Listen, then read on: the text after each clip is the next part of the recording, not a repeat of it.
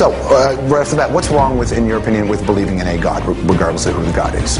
I think it's false. I think that it's a matter of belief without evidence, and as a scientist and as an educator, I like the idea that we believe things because there's evidence. There's such a lot of evidence available now at the beginning of the 21st century that it's a real shame, it's a tragedy to base your life upon something for which there is no evidence and never was any evidence.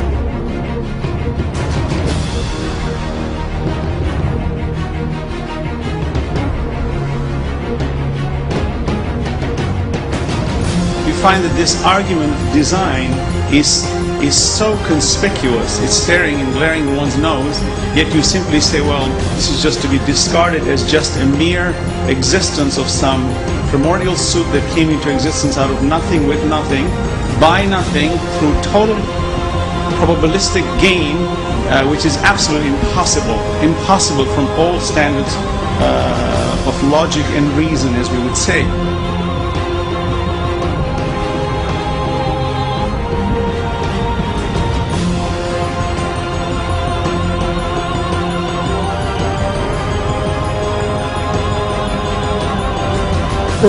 Taken together with the reason why people believe, desperate to believe, together with the fact that you don't need actually a God, in a sense amounts to an argument against the existence of God.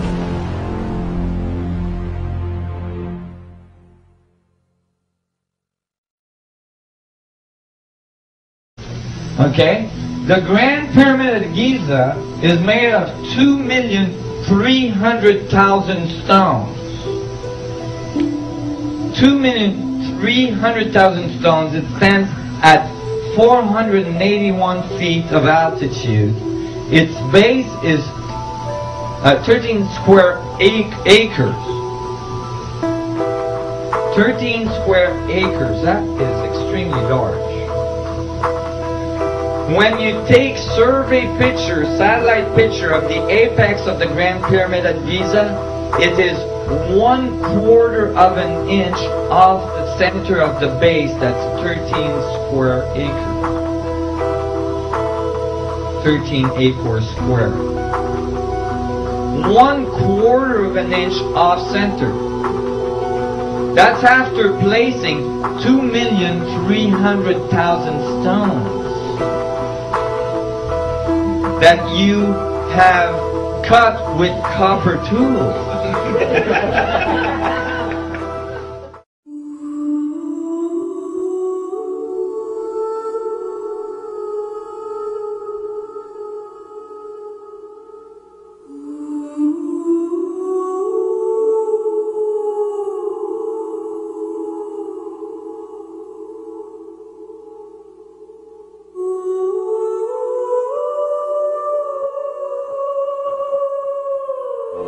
If the universe is expanding, then in the past it was smaller. Ultimately, in the distant past, it was infinitely small, a primeval atom or cosmic egg. In his book, The Creation, Dr. Atkins struggles mightily to explain how the universe could come into existence uncaused out of nothing. But in the end, he finds himself trapped in self-contradiction.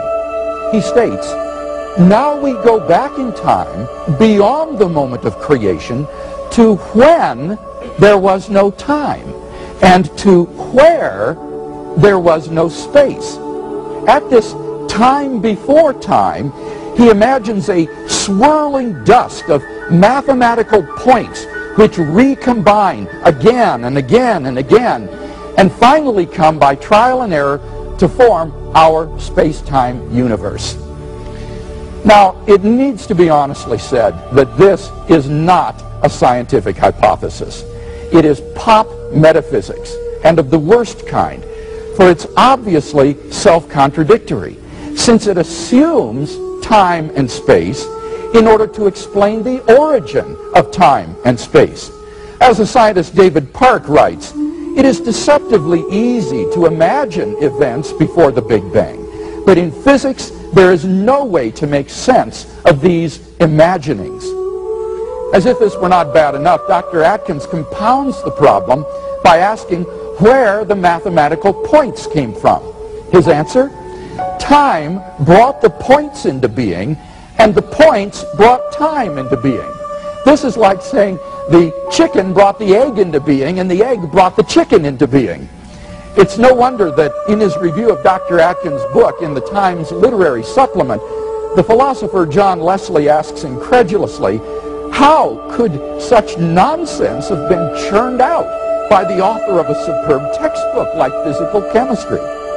In fact, Dr. Atkins' Oxford University colleague, Keith Ward, in his book, God, Chance, and Necessity, points out no less than 7 such logical fallacies in Dr. Atkins' scenario. Ward concludes that it is, quote, blatantly self-contradictory and so cannot be true. So, right off the bat, what's wrong with, in your opinion, with believing in a God, regardless of who the God is? I think it's false. I think that it's a matter of belief without evidence, and as a scientist and as an educator, I like the idea that we believe things because there's evidence. There's such a lot of evidence available now at the beginning of the 21st century that it's a real shame, it's a tragedy to base your life upon something for which there is no evidence and never was any evidence, when the real truth is so wonderful. Well, I suspect that the argument they would make is that because it's absurd, that's why it's faith, right? That if it was evidentiary, you would require no faith and it would be fact, and that would be missing the point of religion. That's absolutely right, but that's not a point in its favor, is it? Well, you know, it's whatever gets you through the night, isn't it, ultimately? Well, no, I mean, for me, what matters is the truth. The scientific truth. What other truth is there when we're talking about the universe, when we're talking about the nature of life? Of course, there are other sorts of truths like moral truths, or maybe they're not truths at all, but they're not scientific. But I think if we're talking about the universe, about what reality is, about what life is, then truth means something. During the last 30 years or so, scientists have discovered that the existence of intelligent life depends upon a delicate and complex balance of initial conditions simply given in the Big Bang itself. We now know that life-prohibiting universes are vastly more probable than any life-permitting universe like ours. How much more probable? The answer is that the chances that the universe should be life-permitting are so infinitesimal as to be incalculable and incomprehensible. For example, Stephen Hawking has estimated that if the rate of the universe's expansion had been smaller by even 1 part in 100,000 million, the universe would have recollapsed into a hot fireball. Brandon Carter has calculated that the odds against the initial conditions being suitable for later star formation, without which planets could not exist, is 1 followed by 1,000 billion zeros, at least. P.C.W. Davies estimates that a change in the strength of gravity or of the weak force by only 1 part in 10 to the 100th power would have prevented a life-permitting universe. There are around 50 such quantities and constants present in the Big Bang which must be fine-tuned in this way if the universe is to permit life. You find that this argument of design is so conspicuous, it's staring and glaring in one's nose, yet you simply say, well, this is just to be discarded as just a mere existence of some primordial soup that came into existence out of nothing with nothing, by nothing, through total probabilistic game, which is absolutely impossible from all standards of logic and reason, as we would say. So the interesting fact is that yes, reason is a necessary entity, but something that is so prevalent, that is so clear about the system of design in the universe, and to reject it and simply say that it has no purpose, no design, no meaning, it just came out of nothing, going nowhere with no meaning, I think that is really stretching the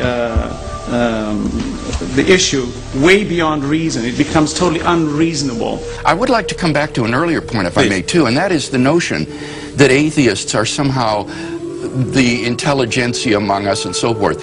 I think this is just completely false. The spate of new books published by the new atheists like Harris and Hitchens and Dawkins and so forth are not sophisticated books intellectually. These are, for the most part, angry, bitter diatribes against religion.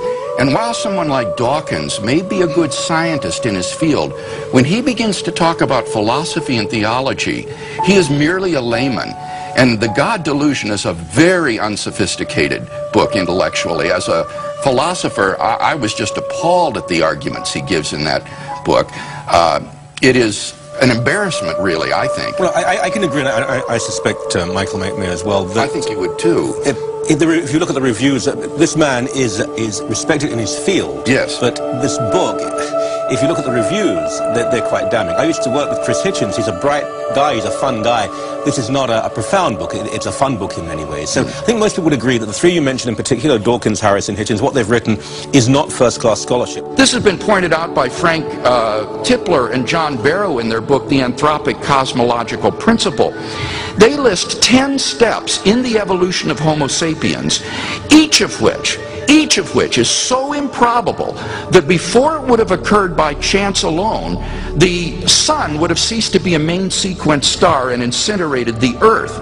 They estimate the evolution of the human genome, the odds of this are somewhere between 4 to the negative 180th power to the 110,000th power, and 4 to the negative 360th power to the 110,000th power. So if evolution did occur, it would literally be a miracle, and therefore evidence for the existence of God.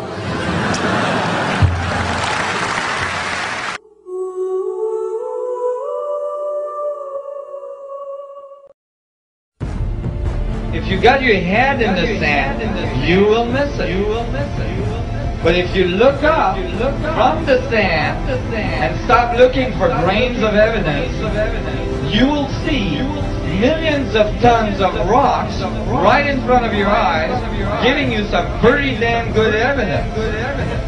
Each of which is so improbable that before it would have occurred by chance alone, the sun would have ceased to be a main sequence star and incinerated the Earth. They estimate the evolution of the human genome, the odds of this are somewhere between 4 to the negative 180th power to the 110,000th power, and 4 to the negative 360th power to the 110,000th power. So if evolution did occur, it would literally be a miracle, and therefore evidence for the existence of God.